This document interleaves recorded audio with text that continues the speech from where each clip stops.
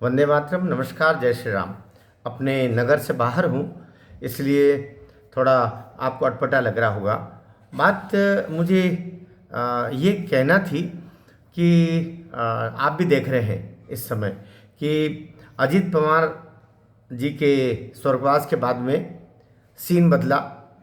उस सीन में सुनेत्रा पवार जी आ गई।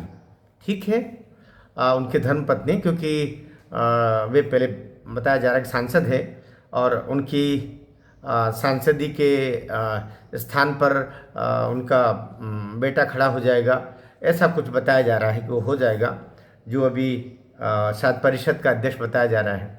तो ये इस पर मेरा ध्यान इतना नहीं है। मेरा ध्यान जिस बात पर सर्वाधिक गया है, अजीत पवार बहुत भावुक व्यक्ति था, ये कह सकते, जिसको बोलते हैं ना कि थोड़ा सेंटिमेंटल व्यक्ति था। सेंटिमेंटल नहीं होता तो वो अजीत पवार जैसा व्यक्ति शरद पवार जी के इशारे पर बीजेपी में एक बार एक दिन का मुख्यमंत्री बना, फिर वो सरकार में बदलाव हुआ और वो वापस बुला लिया चाचा ने उनको। मैं तो काका बोलता हूँ, चाचा तो मुस्लिम शब्द है मेरी दृष्टि में, किसी को ये भी अटपटा लगेगा। हमारे यहाँ काका कहा जाता है, चाचा नहीं कहा जाता।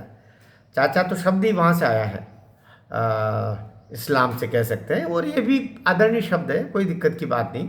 लेकिन हिंदुओं के लिए सामान्यतः काका जी का शब्द चलता है, पिता के लिए बाबा का शब्द चलता है, ये बड़ा आदरणीय शब्द है। तो काका शरद पवार और भतीजा अजीत पवार की मिस्ट्री के बारे में ये वीडियो है। अभी मेरा जो मुझे लगा कि जिस पे बात करना चाहिए, सामान्यतया कोई ऐसा नहीं हुआ कि वो घर में बैठे बैठे गुड़क गए हैं, उनको हार्ट अटैक आ गया है, ये वो, तब भी कुछ पोस्टमार्टम रिपोर्ट होती, सब कुछ होता वगैरह वगैरह होता।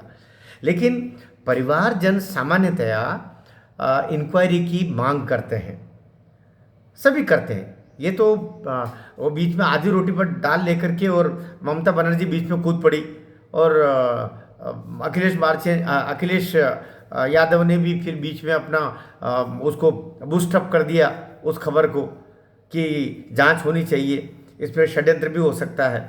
तो सही है, सामान्य बात है, ये सामान्य बात है कि उसकी जांच होनी चाहिए और उसमें कुछ भी हो सकता है तो वो सामने आ जाएगा। तो ये जांच से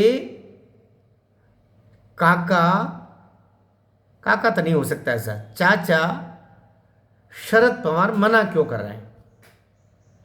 2-3 एंगल पर मैं बात करना चाहता हूं। किसी को बुरा लगे, आप शरद पवार जी को बहुत आदर करते होंगे, अच्छी बात है, मैं भी करता रहा हूं। लेकिन मुझे ध्यान है, एक बार वो सीढ़ियों से उतर रहे थे और महंगाई पर उन्होंने कोई ऐसा वक्तव्य दिया था जिससे किसी ने उनके चेहरे पर कुछ अनुचित प्रहार किया था। वो मीडिया में जो पुराने लोग हैं इसको जानते होंगे। ये वही शरद पवार जी है जिनके साथ में एक लड़के ने वो किया था, उसको अरेस्ट किया, ये वो सब उसने ठीक नहीं किया था, मैं उसका समर्थन नहीं कर रहा हूँ। लेकिन वे जब मंत्री हुआ करते थे, बहुत नेक्स्ट टू प्राइम मिनिस्टर हुआ करते थे, उस समय की बात है। तो और वे घाघ जिसको बोलते हैं ना, बहुत बहुत श्रूड लोग कहते हैं, मैं नहीं कह रहा हूँ, राजनीतिक प्रवृत्ति के इंसान हैं, हजारों हजार करोड़ के मालिक हैं, पूरा शुगर उनके हाथ में है, सारी सहकारिता उनके हाथ में है, कई सारी बैंकें, कई सारी क्या कुछ। लेकिन एक अपना भतीजा अजीत पवार को उन्होंने अपने ये कह सकते हैं अपने एक खिलौने की तरह इस्तेमाल करते रहे हो।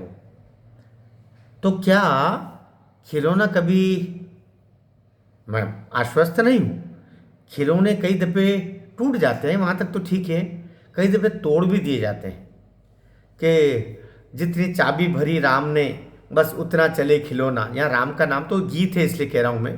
तो इसकी जांच क्यों नहीं होनी चाहिए? मेरा सवाल ये है, ये जांच क्यों नहीं होनी चाहिए? और शरद पवार ने जो मना किया है कि जांच नहीं होनी चाहिए, इसकी भी जांच होनी चाहिए। अगर मेरी बात से आप सहमत हो तो सपोर्ट कीजिएगा। अवश्य सपोर्ट कीजिएगा। नीचे कमेंट बॉक्स में बोलिएगा कि जांच अजीत पवार की मृत्यु की होनी चाहिए। यद्यपि जांच हो रही है, जो उसकी उसकी सीआईडी जांच हो रही है, उड्डयन विभाग भी जांच कर रहा है, लेकिन ये जांच वो नहीं हो रही है जिस जांच से साजिश के परतें खुलती है और वहाँ तक हथेलियाँ जाती है पुलिस की, उस गर्दन तक जो मूल अपराधी होता है। अगर बात में आपको दम लगे, वीडियो शेयर भी कीजिएगा और साथ दीजिएगा। जो गलत है वो गलत है। और चैनल को अब तक सब्सक्राइब नहीं किया हो तो कर दीजिएगा, मेरी प्रार्थना आपसे। भारत माता की जय।